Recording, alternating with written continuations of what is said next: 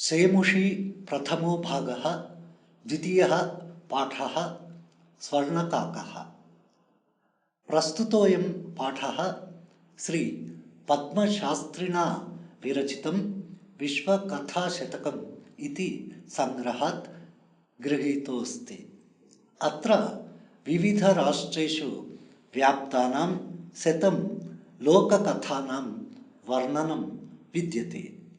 एषा कथा वर्मदेशस्य श्रेष्ठा लोककथा अस्ति। अस्यां कथायां लोभस्य दुष्परिणामः तथा च त्यागस्य सुपरिणामः स्वर्णपक्षकाकमाध्यमेन वर्णितोऽस्ति। पुरा कस्मिंश्चित् ग्रामे एका निर्धना वृद्धा स्त्री न्यवसत्। तस्याः च एका दुहिता विनम्रा मनोहरा चासीत्।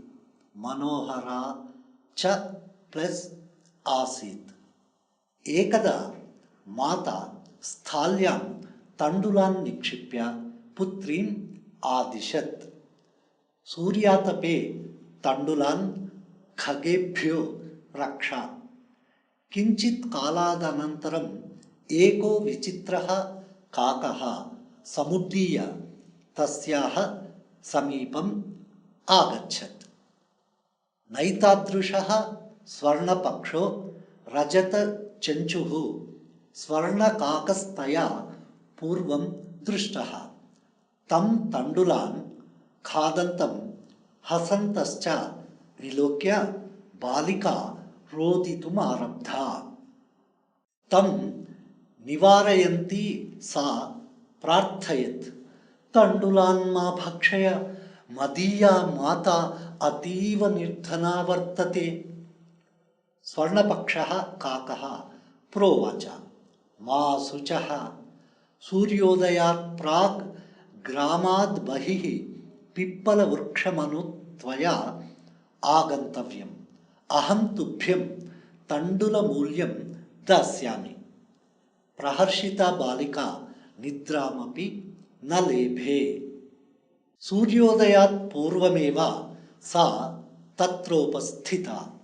वृक्षस्योपरि विलोक्य सा च आश्चर्यचकिता सञ्जाता यत् तत्र स्वर्णमयः प्रासादो वर्तते।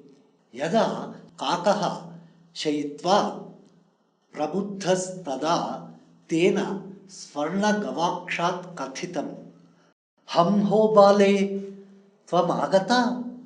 तिष्ठ, अहं त्वत्कृते सोपानम् अवतारयामि। तत् कथय, स्वर्णमयं, रजतमयं, ताम्रमयं वा? कन्या अवदत्, अहं निर्धनमातुः दुहिता अस्मि। ताम्रसोपानेनैव आगमिष्यामि।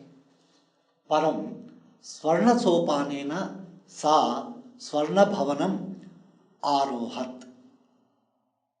चिरकालं भवने चित्रविचित्रवस्तूनि सज्जितानि दृष्ट्वा सा विस्मयं गता।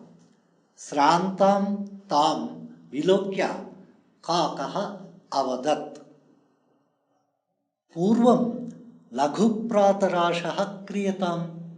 वद, त्वं स्वर्णस्थाल्यां भोजनं करिष्यसि किं वा रजतस्थाल्याम् उत ताम्रस्थाल्याम्? बालिका अवदत्, ताम्रस्थाल्याम् एव अहं निर्धना भोजनं करिष्यामि। तदा सा आश्चर्यचकिता सञ्जाता यदा स्वर्णकाकेन स्वर्णस्थाल्यां भोजनं परिवेशितम्।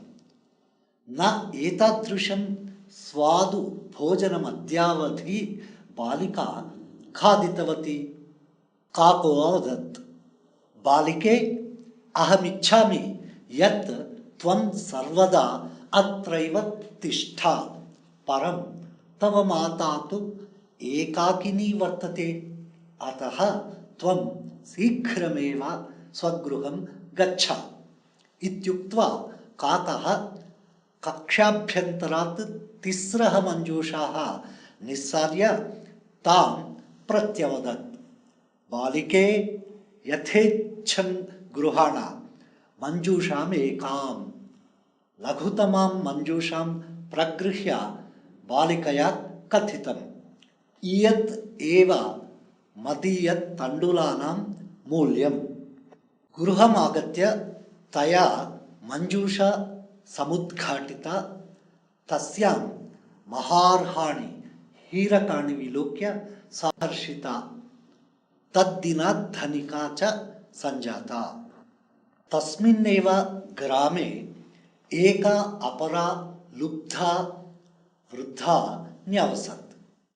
तस्यापि एका पुत्री आसीत्। ईर्ष्यया सा तस्य स्वर्णकाकस्य रहस्यं ज्ञातवती।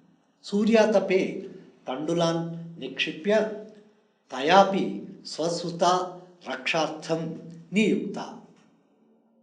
तथैव स्वर्णपक्षः काकः तण्डुलान् भक्षयन् तामपि तत्रैवाकारयत्।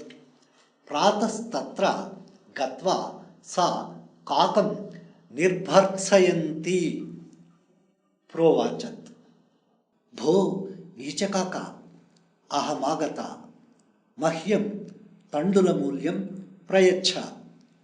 काकोऽब्रवीत्, अहं त्वत्कृते सोपानम् अवतारयामि, तत् कथय। स्वर्णमयं, रजतमयं, ताम्रमयं वा? गर्वितया बालिकया प्रोक्तम्। स्वर्णमयेन सोपानेन अहम् आगच्छामि। परं स्वर्णकाकस्तत्कृते ताम्रमयं सोपानमेव प्रायच्छत्। स्वर्णकाकस्तां भोजनमपि ताम्रभाजने एव अकारयत्। प्रतिनिवृत्तिकाले स्वर्णकाकेन कक्ष्याभ्यन्तरात् तिस्रः मञ्जूषाः तत्पुरः समुत्क्षिप्ताः। लोभाविष्टा सा बृहत्तमां मञ्जूषां गृहीतवती। गृहमागत्य सा तर्षिता यावद् मञ्जूषामुद्घाटयति तावत् तस्यां भीषणः कृष्णसर्पो विलोकितः। लुब्धया बालिकया लोभस्य फलं प्राप्तं। तदनन्तरं सा लोभं पर्यत्यजत।